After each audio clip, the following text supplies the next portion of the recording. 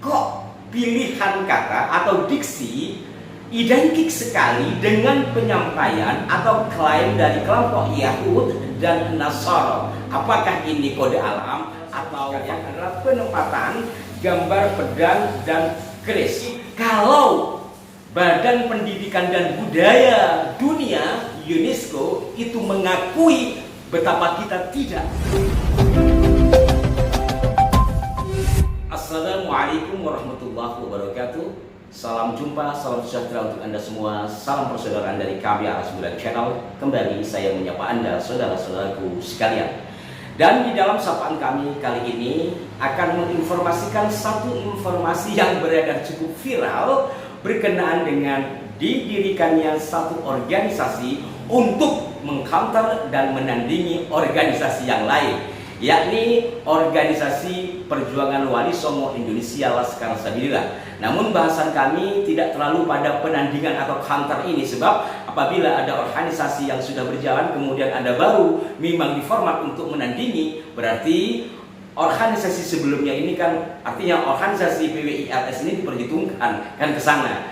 Namun yang menjadi sorotan kami adalah diksi, pilihan kata sebagai nama singkatan dari organisasi baru tersebut, yakni kata ahibba. Karena kata ahibba ini diabadikan dalam Al-Quran atas pernyataan kelompok Yahud dan Nasara ketika mereka menyatakan dirinya siapa. Nah, nanti akan kami ulas. Kenapa kami tergelitik? Kok pilihan kata atau diksi identik sekali dengan penyampaian atau klaim dari kelompok Yahud dan Nasara? Apakah ini kode alam atau faktor kebetulan atau apa? Wallahu a'lam. Kemudian yang kedua adalah logo. Logonya mirip sekali dengan logo Laskar Sabilillahnya PWI. Hanya saja perbedaannya tentu nama, kemudian penempatan pusaka terutama yang menjadi sorotan kami, yakni pusaka keris itu ditaruh di bawahnya pedang. Ini menurut hemat kami sangat tidak tepat dan cukup melukai kami sebagai bangsa Indonesia yang mana tengah menguri-nguri budaya yang diakui dunia, bahkan sampai dikatakan sebagai budaya warisan dunia, yakni pusaka keris. Baik, saudara-saudaraku sekalian, untuk lebih jelasnya akan kami bacakan dari informasi yang beredar itu.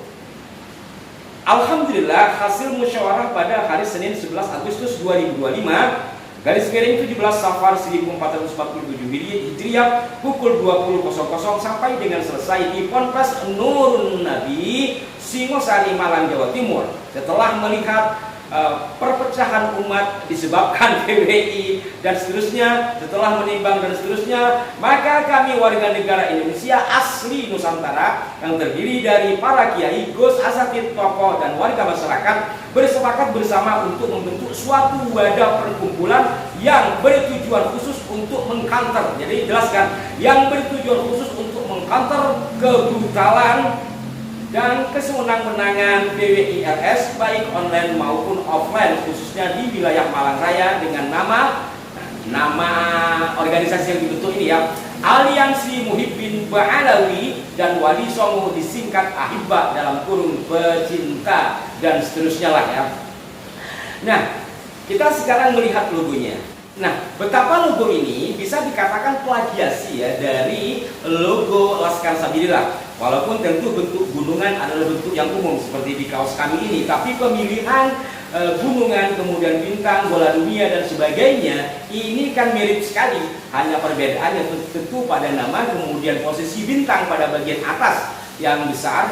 Kalau di Laskar Sabilillah pada bagian atas itu keris, kemudian di bawah ada pedang, sementara di bagian bawah ini pedang dan keris. Ini nanti akan menjadi bahasan tersendiri. Nah, sekarang kita fokus kepada kata ahibba. Ini mengingatkan kami ya, dulu pada tahun 2006 ada sahabat kami ini boleh dikatakan muhibbin yang luar biasa. Kemudian untuk diredakan oleh sahabat kami, seorang dosen di perguruan tinggi ilmu Al-Quran, dibacakan ayat, artinya bukan untuk membenci habaib, tidak, tetapi kita berpikir rasional lah. Dengan dikit-dikit Habib apa-apa, Habib. Kemudian kawan kami ini entah bercanda entah serius, tetapi kemudian beliau membacakan ayat Bismillahirrahmanirrahim. Wa qalatil yahudu wan nasara nahnu abana'ullahi wa ahibba'uhu, al-ayat.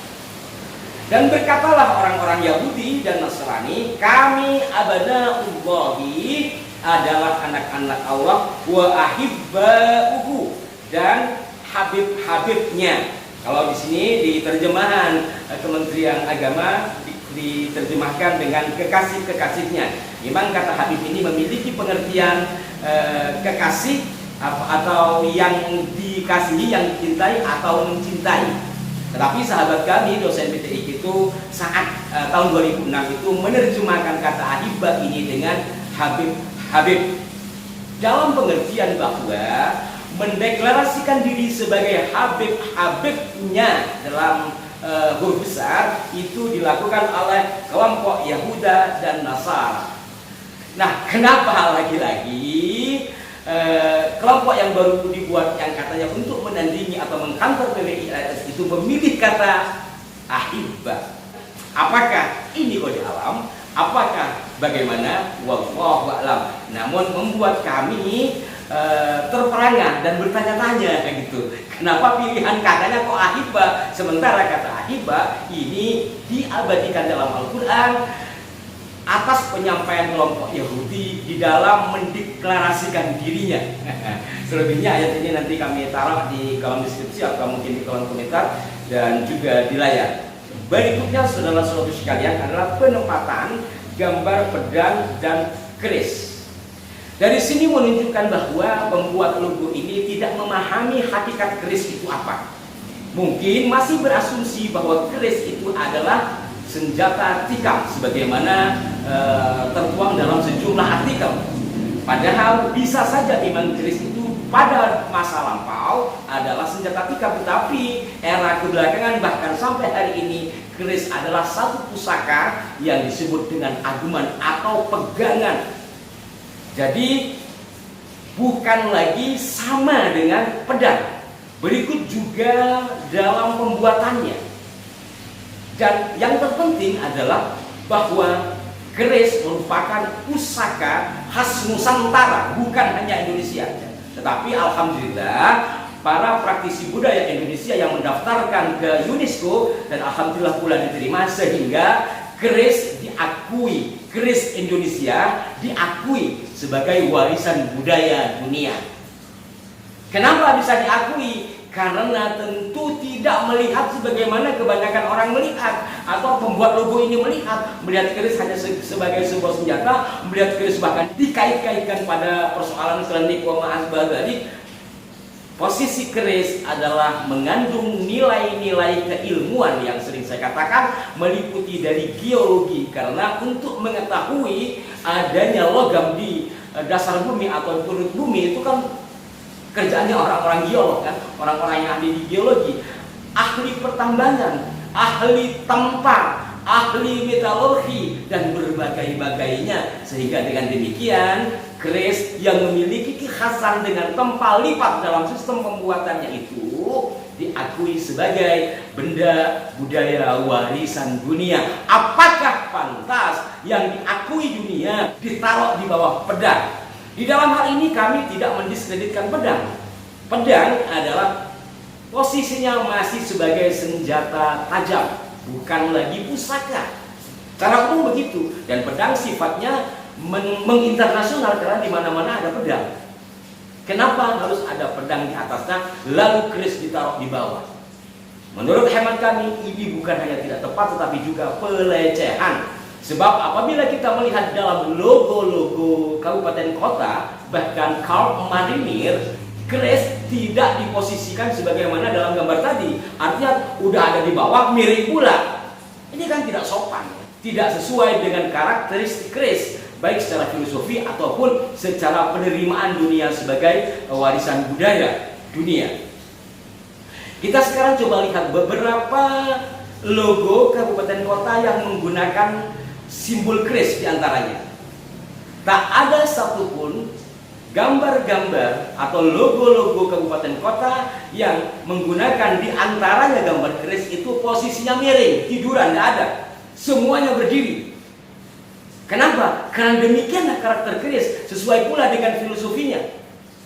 Bahkan kalau marinir pun juga demikian. Malah jangkarnya ada yang dibuat miring, kerisnya tetap tegak. Dalam hal ini kami bukan mengkultus keris, jangan salah paham ya. Dalam hal ini bukan kami mengagung-agungkan, mendewa-dewakan keris, tidak. Tetapi kalau Badan Pendidikan dan Budaya Dunia UNESCO itu mengakui betapa kita tidak, lantas kita juga meremehkan.